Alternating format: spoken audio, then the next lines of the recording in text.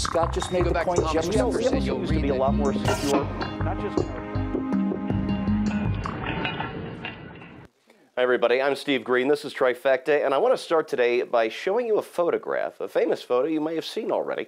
There it is. That's Hillary Clinton back, I believe, in 2011 when she was still Secretary of State, on board a very nicely appointed government jetliner bound for Libya. And there she is, sending or receiving an email on her BlackBerry smartphone. Now, Hillary obviously loves this picture. It's her Twitter Avy and her Twitter header image. And with 3 million followers to her credit, it's a sure thing that lots and lots of people have seen this picture. And it might just prove, this photo might just prove to be Hillary Clinton's undoing. Now let's bring on Scott Ott and Bill Whittle so I can show you what I mean by that. Gents, you might have heard about a little Clinton scandal that some people are calling Emailgate, even though a little piece of my soul dies every time I use that word, but I couldn't come up with anything better in time to tape. I won't bore you with all the details, but while she was Secretary of State, Mrs. Clinton used a private email address for all of her official correspondence. And that email address, hdr22@clintonemail.com, was housed on a private and not very well secured server. Clinton just put that picture back up, by the way, back up on Twitter. That picture of her breaking the law, put it back up after taking it down for a couple of days, and I should mention that she's refused to even take any questions about the ongoing scandal. Scott, what message is the presumed Democratic presidential nominee sending to the American people with that? Well, my understanding was, based on the news this morning, that Madam Clinton was going to take some questions today as we record this. I have not heard that news conference yet, so I don't know if she said anything and what she said. Up to date, she has essentially been making it sound like it's no big deal. The fact that she put this picture back on Twitter is basically her flaunting or flouting the law. And the fact that she is challenging the State Department and calling on the State Department to release her 55,000 emails, which she turned over to the State Department, it makes it sound like she's being very transparent, very open. It is part of the most transparent administration in American history. But the reality is her aides have already combed through all of her emails. The 55,000 emails the State Department has are the ones that she's already released. I think what it says on the surface of it, no matter what your politics are, is you've got a politician who's decided to do things on her own prerogative despite what the rule of law was, and is now trying to dictate the terms by which she will obey the law. Well, we're going to get back to those released emails here in just a second. I do want to mention, though, that Clinton has agreed to take some questions from reporters after a United Nations event. She'll be there at the UN, and the procedure for getting press people into the UN takes about 24 hours, and she gave them 18 hours notice to present their credentials to the UN to get into that press conference. How very, very Clintonian is that? All right, as Scott mentioned, Clinton has turned over its 50,000 pages of emails, not 50,000 emails, which should never have been private, but she turned them over, all 50,000 pages on paper, unsearchable, uncollated paper printouts.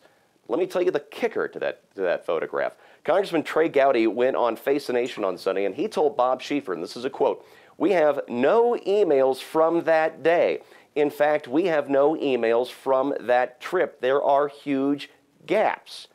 Now, Hillary Clinton, Scott, I'm going to borrow your word. She is flaunting photographic evidence that she broke the law and isn't cooperating with the congressional investigation. Just flaunting it. Bill, if you were a smart GOP contender, say with a last name like Rubio or Walker or Cruz, would you see an opening here, or is this just another scandal, another instance of law breaking and stonewalling that the Clintons are going to sweep under the rug? Well, I would just go with it just as a nonstop source of bad judgment. I don't know if we can go back to the color picture that we started with originally of her, the one that the Twitter feed is on. But you want to talk about evidence of bad judgment. First of all, you're using a BlackBerry. All right, so there you go. I mean, that's number one, right? Again, I don't know if we get to the color picture, but if you get to the color picture of her, the picture, there it is. What is that on her shoulder? Is that a cake of soap that she brings with her in case she has an emergency stopover in, Nowhereistan? I mean, is that the French order of quelle différence? What difference does it make? No, seriously, all kidding aside, because she needs to be mocked because she's a mockable figure and she deserves it. This is a monumental character issue. What this woman has basically decided is that her personal comfort and her personal preferences, her decision to use her own email server, supersedes the security of the United States of America. Any questions? It's as Hillary Clintonian as it gets. She's decided that she'd rather use her own email server, despite the fact that she is transacting the business of the United States of America essentially over an unsecured telephone line. It's like she just picks up a cell phone or a payphone and calls Russia and tells them what we're going to do. It's treason is what it is. I mean, you can certainly make the case that using something that insecure to handle the top secret national security issues of the United States is a form of treason. And it's treason not driven by a desire to sell secrets to the Soviets, because we all know the woman's been flat broke, down to her last $200,000-300,000. And so what kind of treason is it? It's the treason of arrogance, Steve. It's the treason of hubris. It's the hubris of a person who's convinced that she's got it all figured out and her convenience is more important than our security. And it's more than just the national security issue. I'm convinced, and many are just taking my cue from smarter people than me, that a lot of this has to do with the fact that if these are not on government servers, they're not Freedom of Information Act subpoenable and so on and so forth. All of the email transactions that accidentally got lost when the hard drive and the other 2,000 hard drives and backups failed during the Lerner IRS scandal. She doesn't want any accountability. She doesn't need accountability. She's Madam Clinton, the next president of the United States.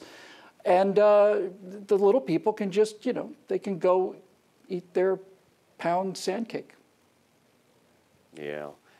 Folks, all of those emails on a private server, which was apparently set up by an old Clinton hand with no expertise in security. In fact, Gawker spoke with an independent security expert and developer, and he told them, this is another quote, "It is almost certain that at least some of the emails hosted at clintonemails.com were intercepted." See, Bill, I'm glad you brought up the national security angle, because this isn't just a person in power failing to abide by some obscure department guideline.